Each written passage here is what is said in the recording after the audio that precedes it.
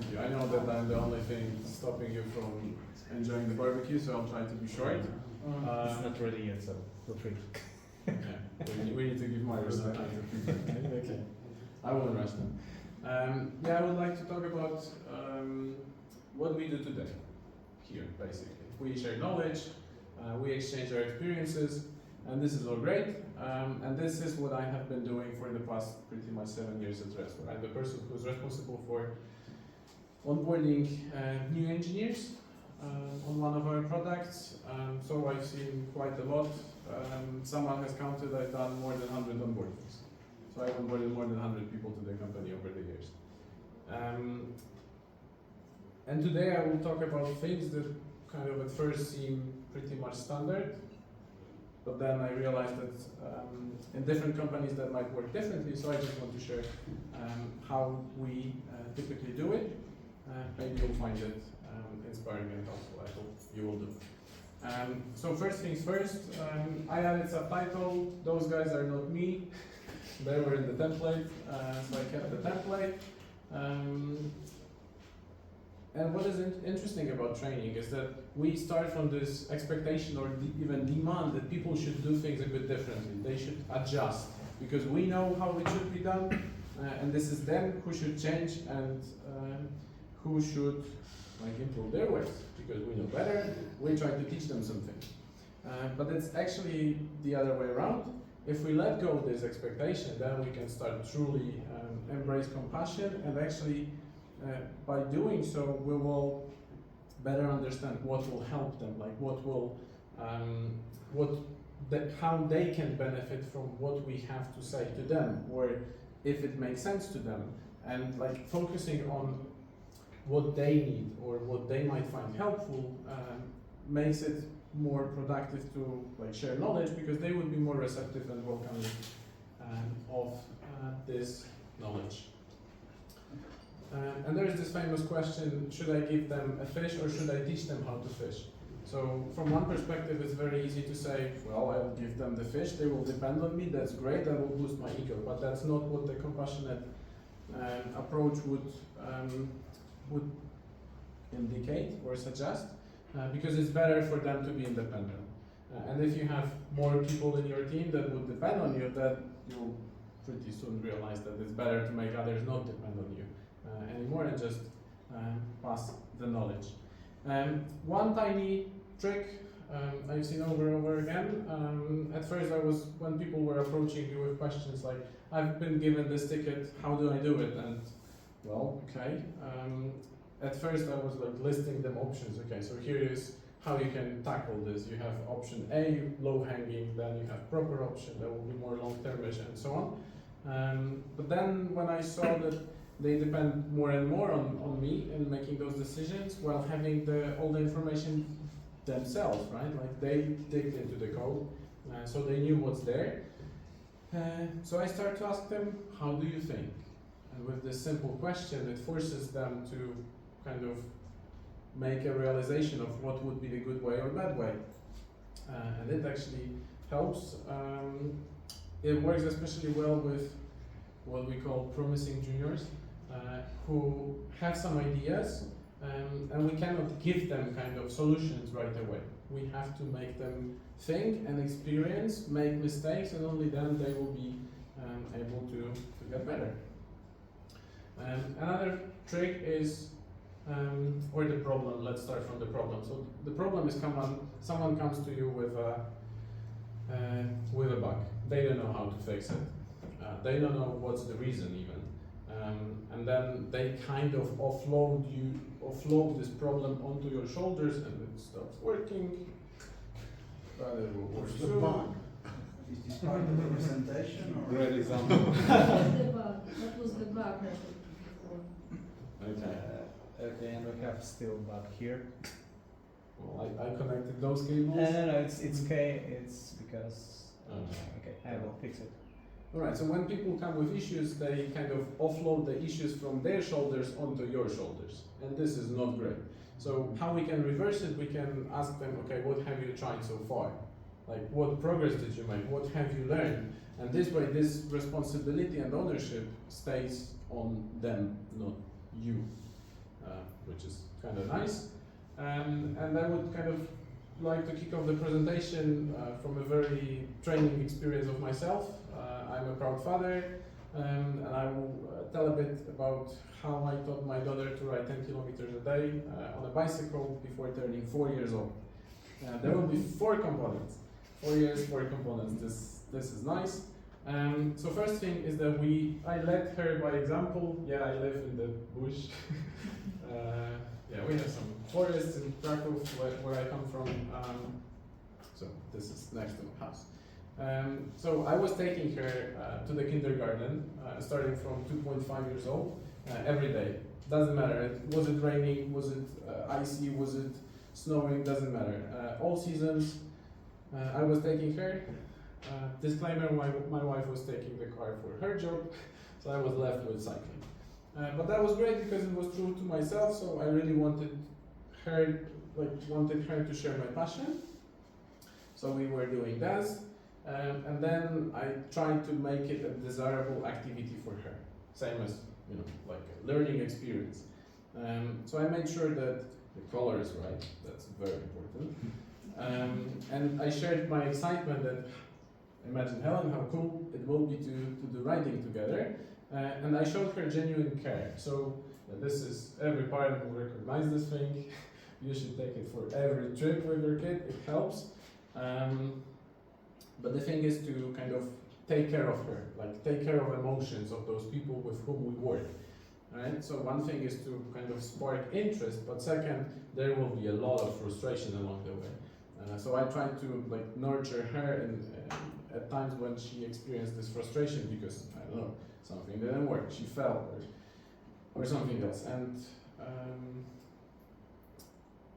this one is interesting. So I have a open-ended question. To you guys, like, how many different things you have to learn in order to ride a bike?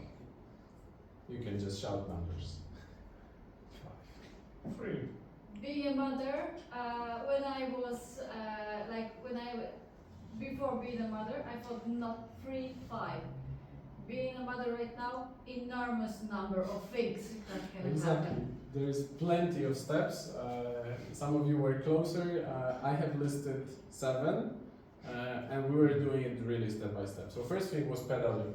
Like kids have this, they don't understand that there is, if you pedal forward, the bicycle goes forward. So what they do, they try forward, sometimes backwards, and they just don't understand this. So one thing is pedaling. Then they learn how to keep balance. So they keep rolling start, like in some motorsport.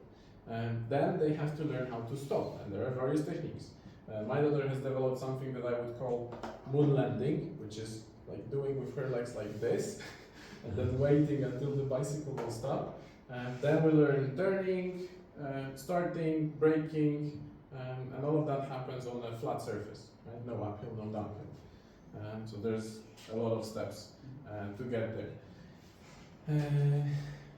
And there are times when, kids and especially people at work do things that we don't really appreciate, right? I wasn't very fond of her driving into those puddles because she was doing slightly too fast, or she was stopping in the middle. She was doing this moon landing. I wanted her to, brake properly, but however, what was great is that she was able to stop by herself safely. So whenever people do some weird things, we can find something that we can praise them about, or praise them for. And in this case, Helen, you just stopped safely. Great, that's perfect. And remember, yeah, exactly, it works. But remember, there are brake levers. You can, use them to stop. And be patient. So all of this is great on a few slides. Internet is full of parents saying that, well, I taught my kid to cycle in 15 minutes. Well, good for you, so for me it took a bit longer, but actually after 9 months of trial and error, she managed to pull off 10 kilometers a day for a week when we were on holidays. And now it's like 12 months later, she can ride up and down to the kindergarten, and I enjoy a ride like every morning. So be patient. And to sum up this part, I would say that emotional state is vital for effective learning. Because when we are stressed, where we are anxious, where we are afraid that we will fail or something else, we kind of shut down the part of the brain that is responsible for remembering new information. So for pretty much for learning. So this is important, but the teaching mindset is important too. We have this in Rails where this presentation has been used for Rails for training internally. So some things might be somewhat specific, but I'll try to explain. So we have this code of conduct, and one of the points is that be as perfect as you can and assume that others are too. Which means that we assume that everyone acts as good as they can, and if they do something unexpected, it's not because of their bad will, it's because of lack of something. Be it time, be it skills, be it, I don't know, requirements, whatever else that might be. And the outcome of this is that we turn blaming into curiosity. We are no longer like focusing on like, oh my god, this dude is so stupid, like how could he do that, right? Or he did it again. Instead, we start reframing it into, well, why did he do that? What was the reason he did that? Like trying to understand versus blaming, and this actually turns into more constructive and actionable, because then we look for reasons rather than trying to blame the people. People generally don't like blaming, it turns out. Teaching cycle is interesting because if people do, they will do something weird if they can. And again, it's not because of their bad will, it's because of the circumstances. Like they might be lacking training, they might be lacking domain knowledge, they might be lacking time. And that's why we need to teach them to do the right things. And this is a bit elusive because the right thing keeps changing, right? Approaches change. How we do things change, like how we migrate data and our Rails application changes, how we reverse the migrations changes, right? Thanks to Andrew's work. So all of that changes, and I learned something too, and then I will, I guess, try the jam and we'll live happily ever after. So this is like a circle, a cycle. How many of you have spent on your project, let's say, more than a year? Please raise your hand. Alright, that's roughly 2/3. Cool. So you become over time knowledge holders in your projects, which means that when someone new comes, you can help others become more knowledgeable and productive within your project. And there are certain responsibilities that we have, which is to protect consistency by saying, hey, we do this, that way, which is especially important when the project is kind of in transitive phase. So there's one approach that is being phased out and deprecated, and there's another one that is welcomed, but it's still not fully introduced everywhere. And this way we can help people, because instead of letting them look for, copy-paste wrong stuff, which is deprecated, we can help them understand what is the part and the approach that they should be using. The rest of the presentation will be around those 5 challenges. How many of you can have experienced at least 2 of them? We have, I'm not sure if you can read, we have people forget things, onboarding is challenging, lack of well-maintained docs, existing approaches are not followed, and hard to introduce new approaches. All things. All the things! Yay! Okay, me too. And the first one is that people forget things. It's not like with cycling. Cycling is typically taught once and you can remember it forever, unless you had some bad teacher. But with other things is that there was this guy at Ebbinghaus, he drew this, and then roughly... And then he forgot it. And then he forgot it. So according to this curve and his work, people forget most of the things as soon as they learn. So most likely most of you have forgot, I don't know, 90% of information you acquired during the previous presentations, and with this one they will be similar.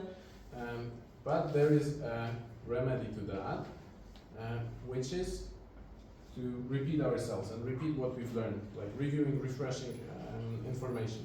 It won't stop it completely, but if we repeat after 1 day, 2 days later, week later, month later, that will help to retain more and more information that you've learned. And it's not, again, that people, are lazy, disrespectful, that they forget. It's because how human brain works. And actually, the more we can forget, the more things we can learn. And there are some things, some other things that we can do to help people remember things. And one of them is to give people a reason why they should remember something. Likely you will struggle reading, but this is like an excerpt from our stand-up doc, where we have this, I can try this, where we have indication if someone has questions, if there is a plus, or no questions if there is minus. By default, our template has both plus and minus, so you have to intentionally remove one of them. And people, typically don't do that. So Julia, our product manager, she asked guys, this was during onboarding of Nikita, he asked him, we have this process, it helps in this and that way, and this way I can then review the agenda on the left, this set of headers, and I can spot quickly who has questions, and we can get back to them effectively at the end of the stand-up. And that was nice, I thought at the time, because she gave people a reason to remember this approach. But then I was fairly disappointed next week, and as nobody was doing that. And I'm not sure if that was a lack of Julia during that meeting or just people forgot, but this trick didn't work, but typically it should work. Other things that work is to, when it comes to pre-produced materials, is to combine different learning forms. Like some people learn greatly when they read, sometimes when they listen, sometimes when they just try and play with things. So we can combine those multimodal materials together in a form of documentation. Who has experienced a tough onboarding? All right. I have. At Raspberry. It was interesting. Back then, it was overwhelming. It was just plain overwhelming. Like spreadsheets for a programmer was interesting. And it's typically challenging because of various reasons. A lot of things change. Like there's new environment, new people, new project, new tech setup, new tech stack, new processes. Everything's changed. Or someone tried, I don't know, Monday.com instead of Jira. That might be stressful. Going back to Jira might be stressful too. But it doesn't apply only to onboarding, it also applies to ongoing collaboration, because oftentimes we have some materials, unknown territory in code that we have to dive into. We need to talk to someone who understands what's going on. Sometimes those people might no longer be in the company, so that might be stressful as well. And those approaches that I will present next, they apply there too. One of them that works really well is to disclose gradually. So instead of throwing, sending a person on the first day a link to the documentation, which is Confluence, it has 100 pages, those pages have links, those are deeply nested pages that are linked. This is really hard to go through, so better to have some sort of digest, table of contents, like in books, where there are most important things listed. Or have a product education with a list of things you can barely read, but it's divided into days, and for each day there are some things planned that you go, you learn the product by doing the most typical things people do in our product. And that's how people can learn while doing. Yeah, I do like visuals, so I work with visuals. It's easier for me to think that way. So whenever I was onboarding people, I needed to start somewhere. And a good starting point for me was to give them this high-level overview of what's going on in our system. So for example, our system Fail. I see.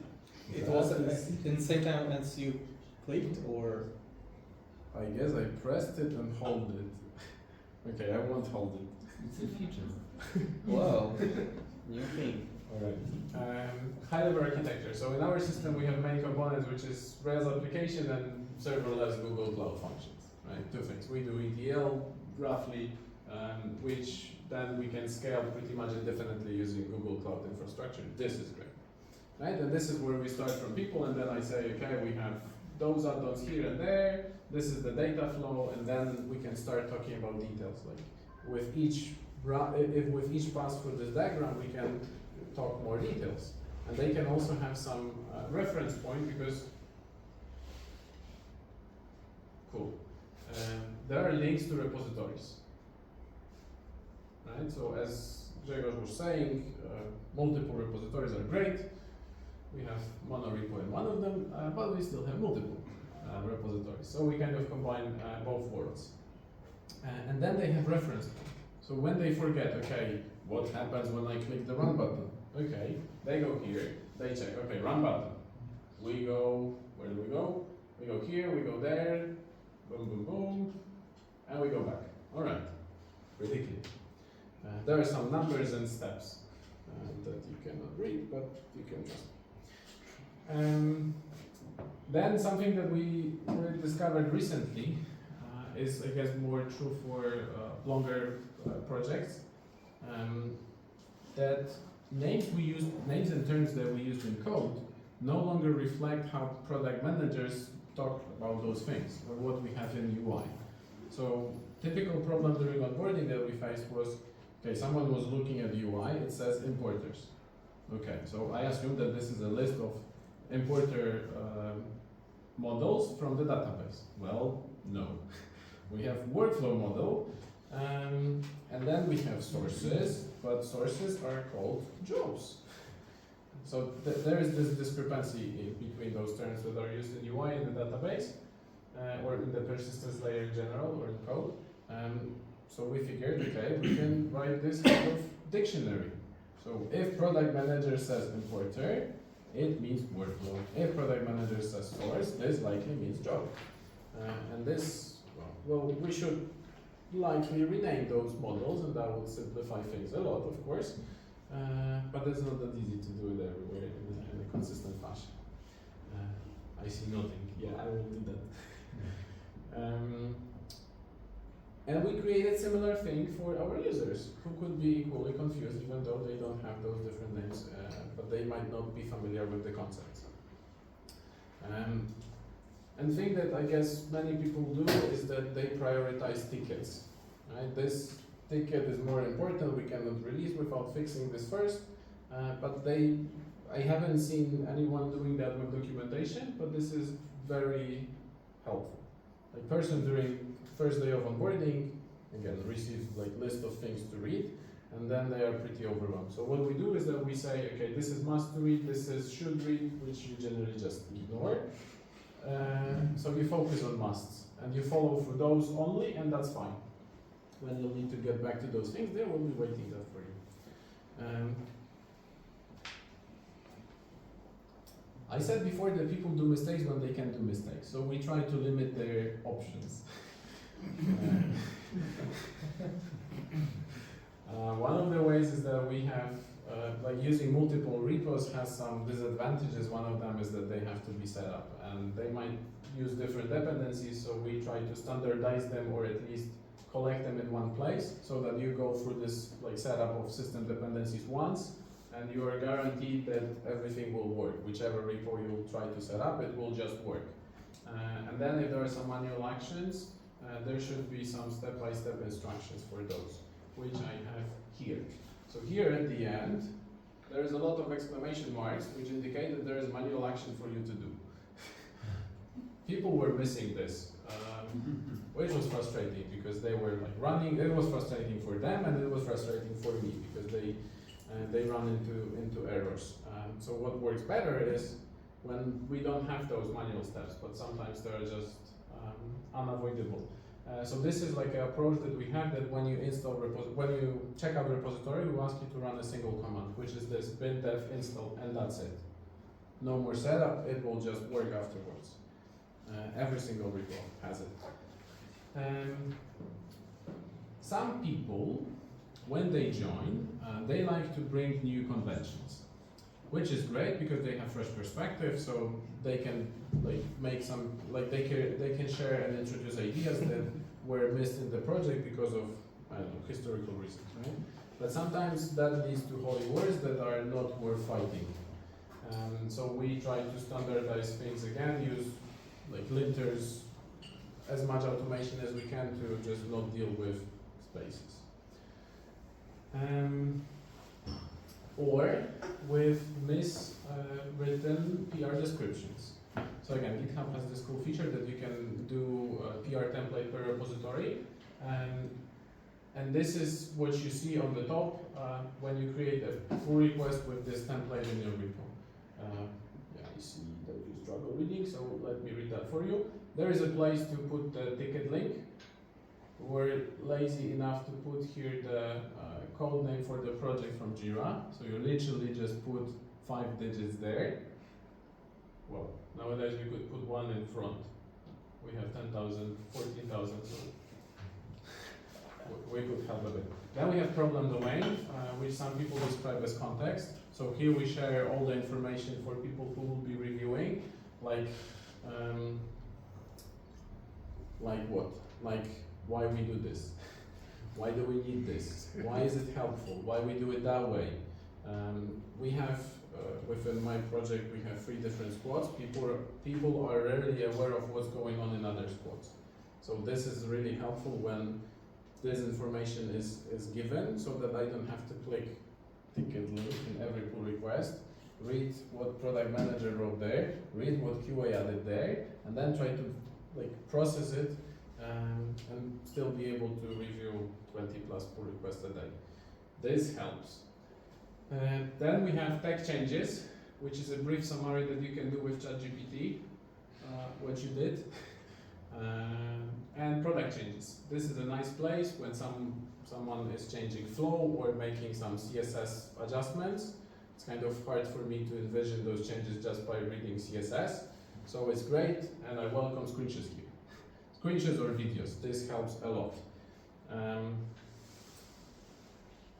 Yes. And then I explained, yeah, I was checking if I mentioned everything before. Just confirm, yes, it helps. And then I typically tell those people when we talk about this approach, like what happens after. So there are 2 important parts. One is how to test. And this how to test later lands in the Google spreadsheet. And QAs, when they are going through all the pull requests at the end of the sprint, and they go through what we call a test fest, which is a festival of testing, if you will. Very happy time in the sprint. At least it's less stressful than after release, because then we don't have to fix bugs. But before they are going through pull requests, and this how to test section lands here, they read it and they assert if it works or not. So this is where it lands, and I try to give people a meaning and understanding what happens next. So they understand that at the end of this whole chain of actions, there is a person who will be reading this. So it won't work if you write there, well, it should work as something, right? It's best As expected. It should work as expected, exactly. And what does it mean expected? But there is a hidden benefit to that. If you list all the steps that a QA should do in order to test it, that it also forces you to think about 2 things. First, how they can test it. They don't log into database and run SQL queries. Likely they could, but we don't let them. And second, it also forces you to think, what does this change bring to the product? Right? Like, okay, there was some bug. Okay, under which circumstances it occurs? How can I reproduce it? Typically QAs, when they report bugs, they write this. So sometimes it's okay to put here a link to the Jira, and that's it, but sometimes it's not that obvious, and sometimes QAs might not have this understanding of the underlying changes, so I use it to actually help them understand what should be retested, like which parts might be affected, what kind of regressions they might expect. And moving on to showing the process. So talked a bit about that already. But there is also one thing for me as a reviewer, I need to see this pull request somewhere. Right? So your work doesn't end when you open pull request, because it will stay there forever or until someone will notice the stale pull request and will ping you to do something about it. So what I found useful is to tell people how I do review pull requests.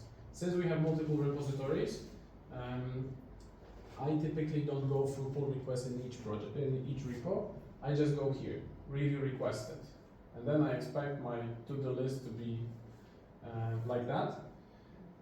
And then when I request changes, I expect that, okay, you will re-request my review again so that it will appear here in this queue. So I explained this, how it works from my perspective. Right? So also from the QA perspective and from my perspective.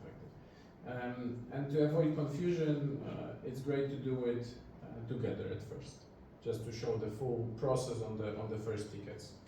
When you, I don't know, change team, change squad, change rules, this helps. How many of you have worked in pair before? Okay. How many of you have worked for more than 30 minutes in pair at once? All right, easy, cool. We do that and find, and I try to denote it as a cool thing with this star over there, because it works really well. Some of you, like roughly half, have already experienced. Okay, of those who raised your hand, who would recommend doing it to a friend? All right, less hands. Okay.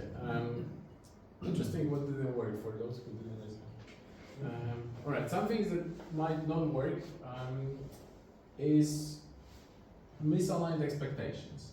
So people typically who haven't tried pair work, they see it as a sense of control, or they fear that they will not have autonomy, especially when they join a new project. There is someone way more experienced than them.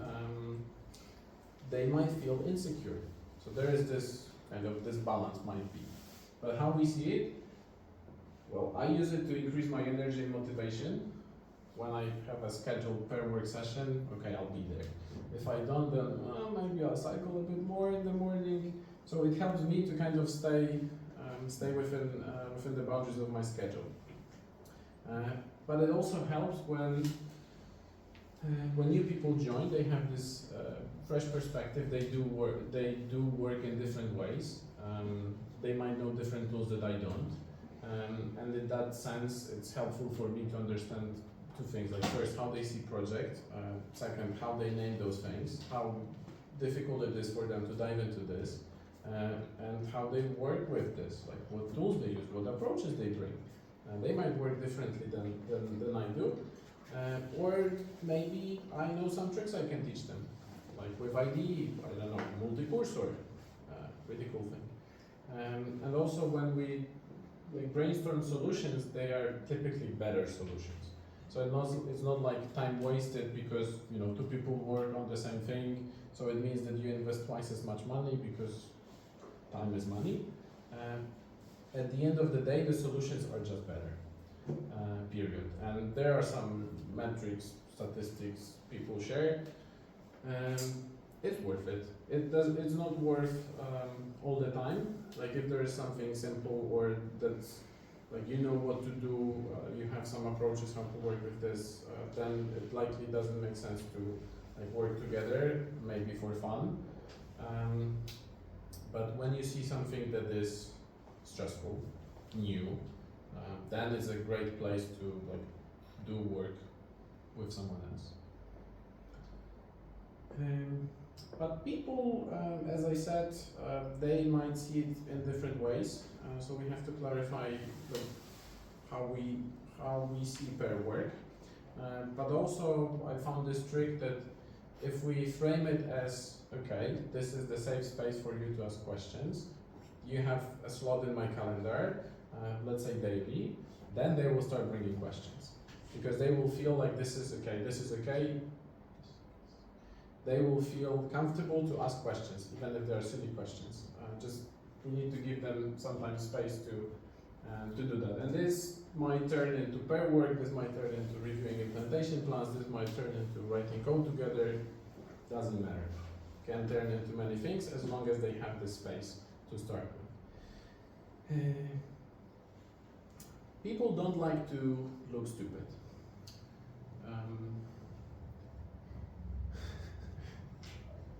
Yeah, I guess that's very true. So one of the tricks we do to try to remedy that is that we ask questions, most of the questions in public channels. So we have this engineering channel for this product, and then we can ask those. We encourage people to ask questions publicly because then first, more people can answer. Second, they won't wait for my answer, which is great because they will get what they need faster. And even if they won't, like in this case, there was wrong suggestion. More people will learn from it, which is also like faster converging on the knowledge that we have within the team. Second cool approach that will be interesting. How many of you has never reviewed a pull request? Okay, 2 people, great. Reviewing pull requests is a typical thing that most of us do, then, not all of us, let it be. But there are some caveats with this. So one thing that is easy to fall into is that we say, you did this wrong, and this is wrong. We should talk about code, not people, right? So code is the subject. There are some tricks like IBRs. IBR stands for issues, benefits, and risks. And we can say, okay, this is the idea, we can do this, and this will be the benefit, or that will be the benefit, and this generally speaks to people. And they, like, I'm not enforcing this with those reviews, I'm just suggesting ideas and letting them think and see the benefits on their own. Or another example where there's low-hanging solution, okay? What is the problem? The problem is that if we dispatch it multiple times and we're not running React 19, then that will re-render things multiple times, and this is not good. So what we can do, there is a low-hanging way to just wrap it into batch method, and this will trigger single re-render. But since this is a new code, let's do a new thing that is recommended by some documentation and guidelines. Yeah, by the way, I'm very sorry that all those examples are in JavaScript, not in Ruby. I tried to find good in Ruby, but it turned out that I'm recently working with JavaScript. So it wasn't that easy. Those reviews shall be as specific as needed. So different people have different needs in terms of like how specific you need to be in order for them to understand what they need. So for example, again, Loha here suggested that there are 4 states for re-renders. Okay, is it good, is it bad? I don't know. 4 re-renders. Maybe that's fine. I try to be a bit more specific to highlight the direction that we can update React, and then it will combine the state changes into single re-render. So just be more specific. There's a way how you can be over specific when you just propose a refactoring, and that's it. You do it as a pull request to that pull request. Some people don't like it. And you might also not share all the comments. So in cases where you have 41 comments in a pull request, that will likely mean that it will take a very long time to merge it. So at some point, it's better just to stop. So there is one trick that my manager uses, which is he creates comments as he goes, and then he removes half of them, or more than half of them, those that he doesn't find to be very important or blocking the pull request. You can also create another ticket to address those things so that this pull request can be merged.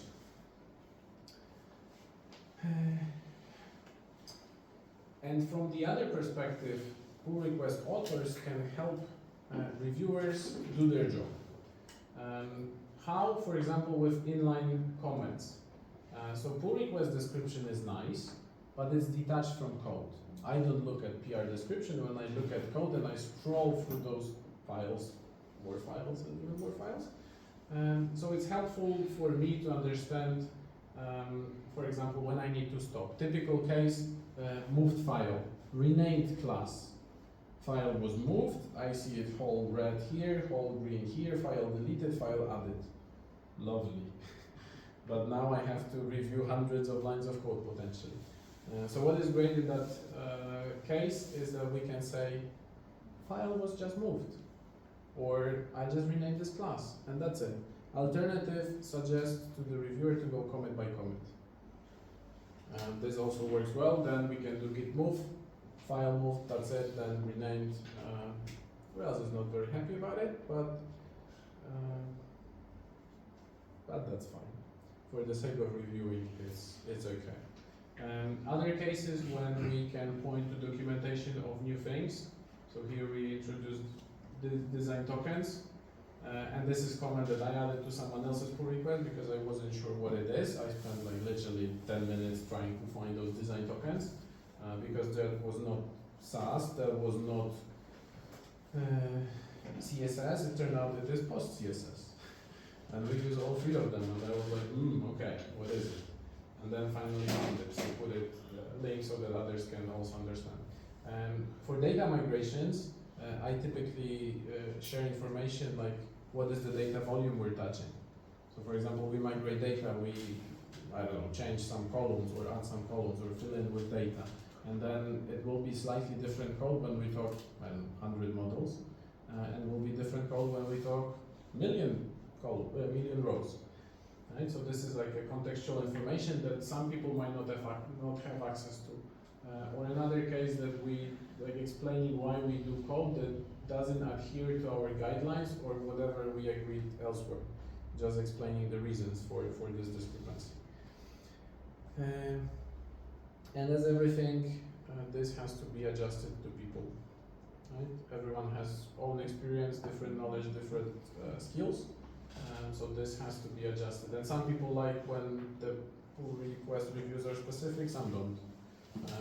One person told me actually that they don't like my reviews because I don't force them to think. I give them everything ready and they can just, I don't know, click to commit suggestion or add suggestion to patch and that's it. Versus Loha, who forces them to think, like, what does it mean for re-renders? So different people like different things. Lack of proper documentation, typical question, where to start? Start from what you need. I needed this high-level overview, so I made it. And other examples would be contracts between squads, so things that you have to kind of work together towards, or I don't know, some stage changes where it's easy to lose track and you have some longer running migrations. When to start, when you need it. Again, you can just sketch something you can write down some sketch when you just explain it to someone, or you can record it for later and then use some transcription tools. And I guess the most problematic question, which is how to keep it up to date. I guess most of you have experience reading an updated documentation. This is annoying, so I would say that it can be updated when it's being read or shared. But we can also proactively remind people to make it up to date, but for a very long time we have to do it ourselves. Example, make people aware that it exists. So you wrote documentation, but nobody uses it, nobody knows about it. So first things, when people ask questions, okay, you explain, and then you add link to the documentation. It's there. Then someone made changes that affected the documentation, so you update the documentation yourself and mention that. See, I made this update. It's there. You can trust it. And eventually, when you're tired of making those updates yourself, you start asking people if they plan to update it themselves. Yeah, from previous to this one, it took me 2 years, so it takes time. Be patient. But when they say that they did plan, indeed, then your job is done. Great, team will use the documentation. Yeah, this is this case with questions, plus minus. So yeah, keep helping people act accordingly and write down agreements. So this is cool trick. When you have a call, write some too long didn't read summary of what you agreed. Also when you do PR fixes, or this one is my favorite, I guess. I don't like commit messages that say PR fixes because they don't give meaning. So what I try to ask to people to do is to say prefer X over Y. Right? Not literally. You should replace those two. Yeah, nice trick.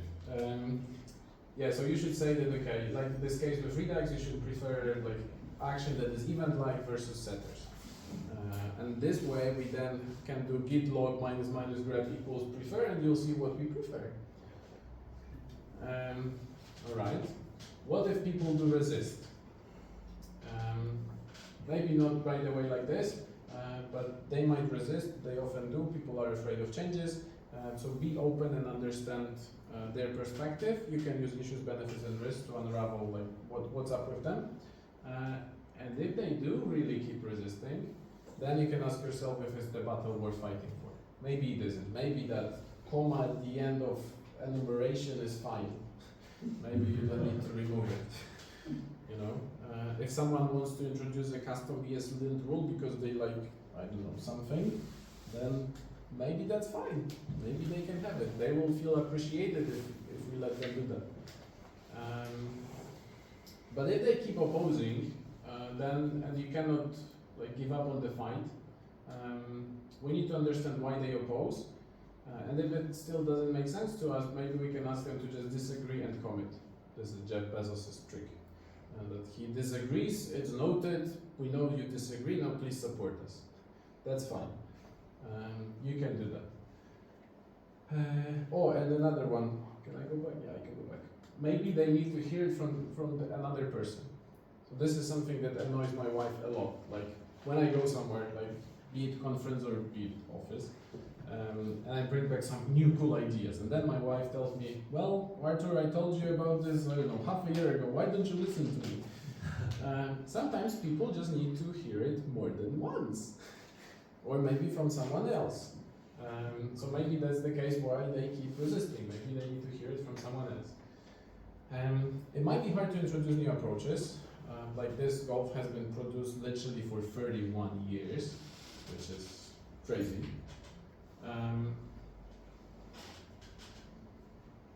And for that you need to gain support. And this is where we turn Ruby at last. So there's this gem, add extras, which helps to define like service classes, where you typically have this call method and it might receive some arguments, it might have some keyword arguments or some optional things with defaults and whatnot. This gem supports that. You don't need to do this def self call asterisk asterisk then new call asterisk, right? You can save that by this gem. This is cool. And what I wanted to highlight is that it's not enough to mention the same gem over and over again, right? Yuri was doing that. He was fairly persistent, and I was saying no. Then he got support from another onboardee. And then he eventually showed how our code would benefit from this gem. So that was literally like a comparison. Okay, I can write 8 lines of code versus I can add this gem and have 1 line of code. And I was sold. So instead of just mentioning gem, just give people an example. As we are, I guess, short on time, there are some other cases that we had where we're moving our infrastructure from serverless to Terraform with Docker and everything, and the key point was to like plan it, lead it, and resolve problems. So there was one guy who was kind of pushing this transition.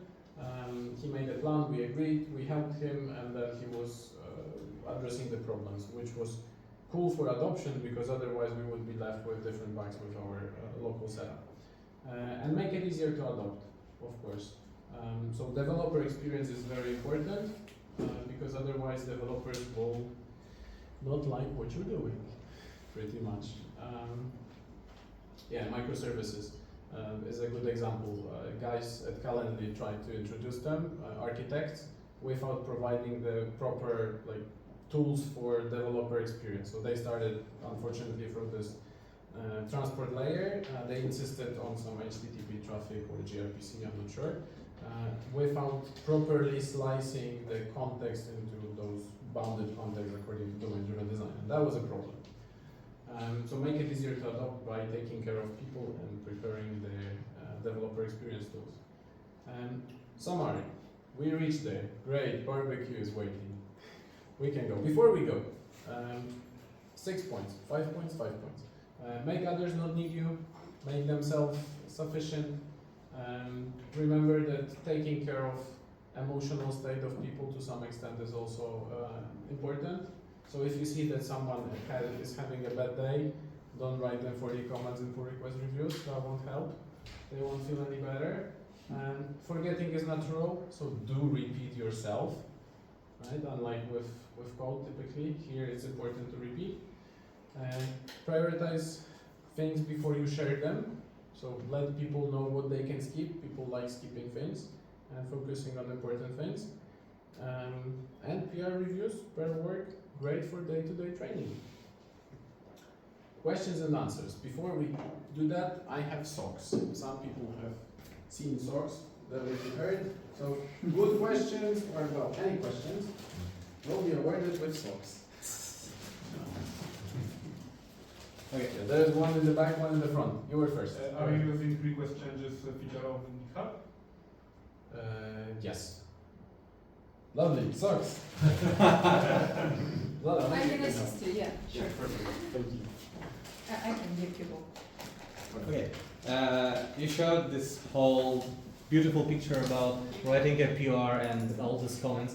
When you, and just by curiosity, when you estimate the time for a task, how much time you estimate for preparing good quality PR? Is there any approach you use in your team?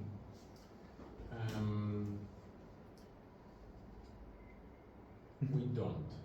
Estimate? We don't estimate, because I assume there that you talk about time estimation. Yes, We estimate. don't. Okay. We estimate complexity.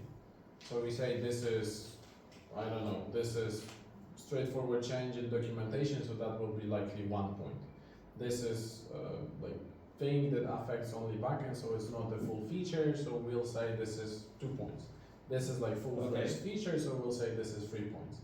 This spans across multiple repositories, needs some contractual changes, so that will be 5 points. So we use this approach, and then there's like we save ourselves from this question. Okay. One question. Lady in the back was first. Sorry, you go next. Yeah, sorry. I might have maybe a little bit stupid question, but let's imagine a situation when you are training a newcomer that is a junior, and that person has only a slight difference, maybe some theoretical knowledge about the code, about the processes. How's about if that person that wants to learn so hard, but is a shy person and is afraid to ask? How to deal with that kind of person? Afraid to ask shy person.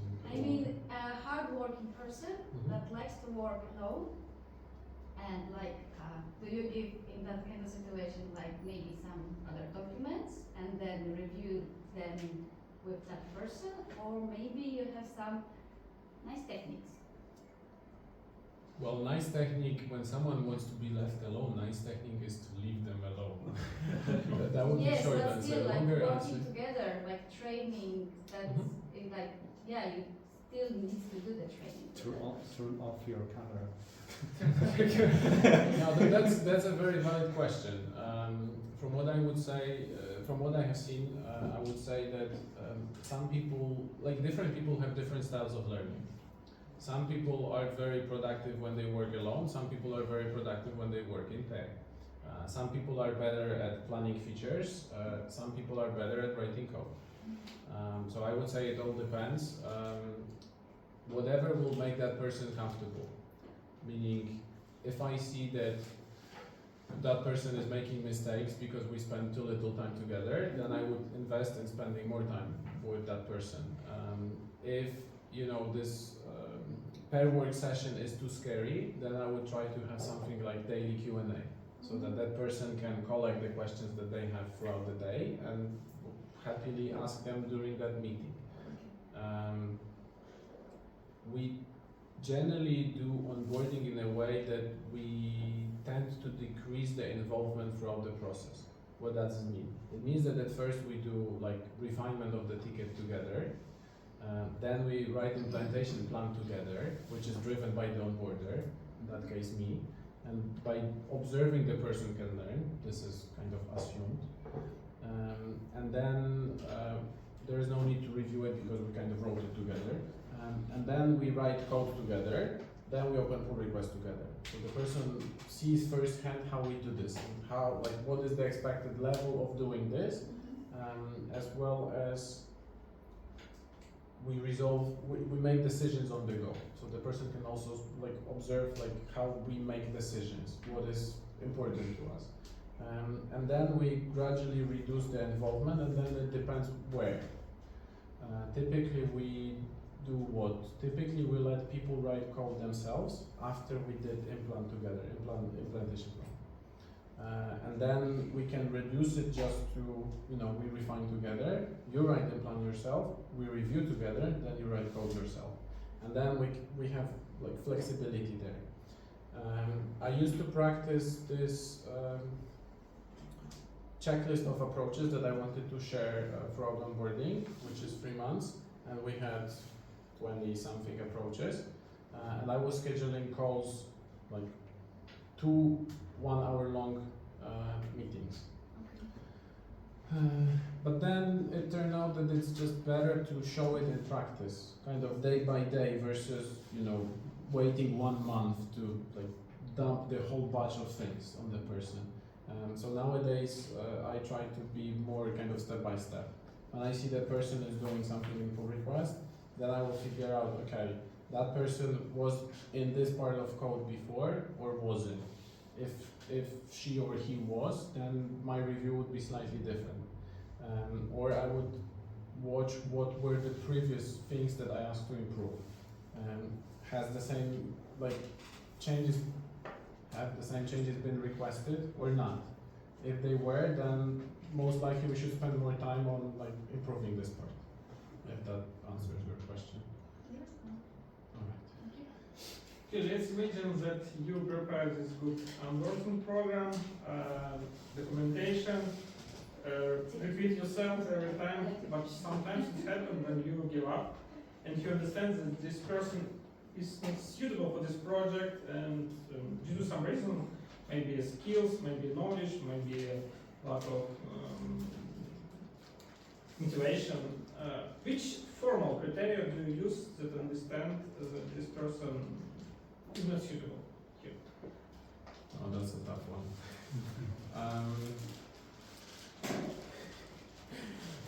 Okay, motivation aside, this is very tricky. Because motivation, well, if we can solve motivation by changing project, then it will work, right? For example, if someone is more leaning more towards writing Ruby, and we throw him into a project that is JavaScript heavy, that person won't be happy. So it doesn't make sense. So if we can find a place for that person to kind of manage the motivation part, that's great. We don't have a formal score. I hope I can disclose this. We have something called Jaroslav's score. Jaroslav is our CEO, the guy from the first picture. Jaroslav's score is basically the baseline for us, below which we have to let people go. Okay, now I guess I've got your curiosity what it is. So Jaroslav's score. Would you be more productive without that person or with that person? So if you spend more time explaining to that person than you would need to do it yourself, then it's likely a problem. So this is like a metric for us that we use kind of, it's not very objective. We try to observe people and see how they work, what we can give them. Of course, if someone is more junior-like, then we don't expect them to do like full-fledged features from scratch, right? But if if there is a guy on onboarding and he tries to, and he touches React code and he tries to import use context, sorry, not import use context, but import the context, like created context inside React component instead of using use context, then it's an indication of a problem. And then we can try to figure out, okay, what is the reason? Is the reason that the person has little experience with React? Okay, if so, then we can work with this, and then we can explain how that actually works to the person. We had that such onboarding. The person was unfamiliar with React Redux, and we have to teach pretty much everything from scratch. And then those things happen, and then we observe trajectory. So is it improving? Is it improving kind of fast enough? If it's improving but slowly, then kind of by feeling, no formal metric. So one thing is Yaroslav score and second trajectory. If we see that it's improving, then likely it's okay. Okay. Yeah. Are you hungry? Yes. Okay, this was a good one.